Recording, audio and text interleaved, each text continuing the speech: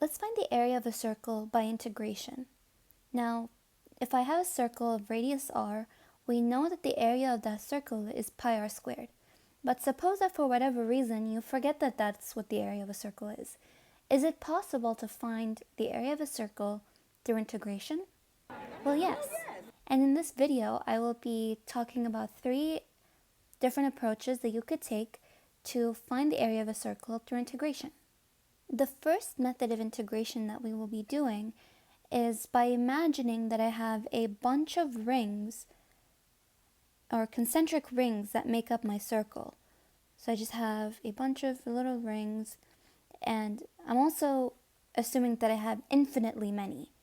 And these rings obviously have a circumference of 2 pi r, and they're separated by an infinitesimal distance, dr. So my area, or my small pieces of area, is the circumference 2 pi r times the infinitesimal distance between these rings, dr. And so all I have to do is integrate this. So I get a is the integral from 0 to r 2 pi r dr. And just to be clear, I'm going to be denoting my variable of integration r with a prime so that I can distinguish it from the r that is the radius of my circle. And this is typical notation in physics, but it does not matter. So integrating this, I get the expected outcome, 2 pi r squared divided by 2, or the area equals 2 pi r squared. So the second approach of integration is by imagining, or actually let me name it first. What I like to call it the pie slices method. Pun definitely intended. So imagine that I have a bunch of slices that make up my circle, and once again I'm imagining infinitely many, each of which having an arc length. So know that the arc length is r theta, but if you have a bunch of small tiny slices, you will have r d theta, again infinitesimal. So if I was thinking about the area, I can imagine that these slices are like little triangles, and I will draw what one of those triangles would look like. It would look something like this. So you have this r d theta, and then the length is the radius, and using the information that we know about the area of a triangle, we'll say that our mini area is just 1/2 base times height. In this case, base is r d theta times r. And so integrating or summing all these mini areas tells me I have the integral of 1/2 r squared d theta. And again, because this is a circle, theta varies between 0 to 2 pi, or just multiplying this by 2 pi because I don't have any theta term inside my integral. So once again, I'm getting my expected outcome, 2 pi r squared over 2, or pi r squared. So the last approach to integrate and find the area of a circle is probably the most intuitive, but in my opinion the most difficult. Not that it's that difficult, it's doable, but it's more complicated compared to the 2 methods that we've already discussed. And that is by imagining a bunch of rectangles that make up my circle, and then summing up all these rectangles. So I'm going to draw this. I'm going to call this the rectangles method. And I draw my circle in the xy plane. And imagine I have my radius r. If I have a bunch of mini triangles like this, I can write out my function y in terms of x and r and integrate that to end up finding just the sum of all these triangles. And so y in terms of x and r is going to be this. If I'm looking at this as a triangle, finding the missing side, y is going to be the square root of r squared minus x squared.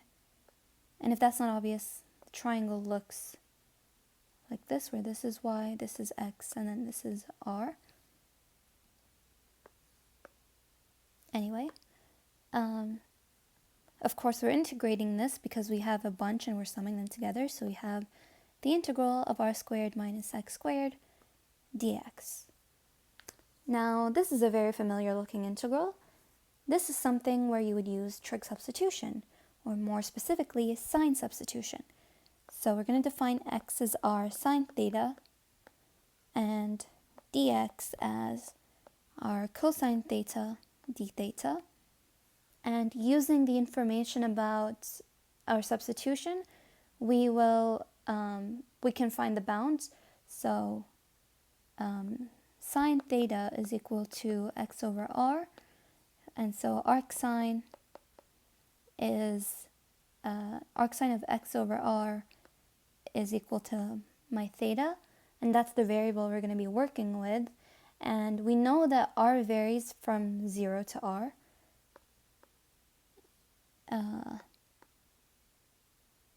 That is not what I'm, sorry, x varies from 0 to r. And so if I plug in 0, arcsine of 0 is 0. So theta varies from 0. And then arcsine of r over r, or 1, is pi over 2. And so now I have my bounds for the integral. So rewriting my integral using the substitution, my bounds are, as I just said, 0 to pi over 2. And then plugging in, I have r squared minus r squared sine squared theta all under the square root times r cosine theta d theta. Simplifying things, I get 0 to pi over 2 of cosine squared theta, r squared cosine squared theta d theta. And because r squared is a constant, I can take it out of the integral, and also using my trig identity, cosine squared theta is 1 plus cosine 2 theta over 2 d theta. And now this is relatively easy to integrate. Again, leaving the r squared outside because it's a constant. The integral of 1/2 is theta over 2. And then the integral of cosine 2 theta is sine 2 theta. The integral of cosine 2 theta over 2 is sine 2 theta divided by 4, evaluated from 0 to pi over 2. So this whole if you don't see it, this whole term will go away, because you end up with sine 0 and then sine pi, which are both 0. And then what's left over is r squared times pi over 4. But that's not what we expected, right? It should be pi r squared. So where's that 1 over 4 coming from? Well, what we just evaluated is 1 quadrant. So we just looked at this piece. So using symmetry, I just multiply by 4 to get the full area. And so, again, like expected, the area of the circle is pi r squared. And that's it.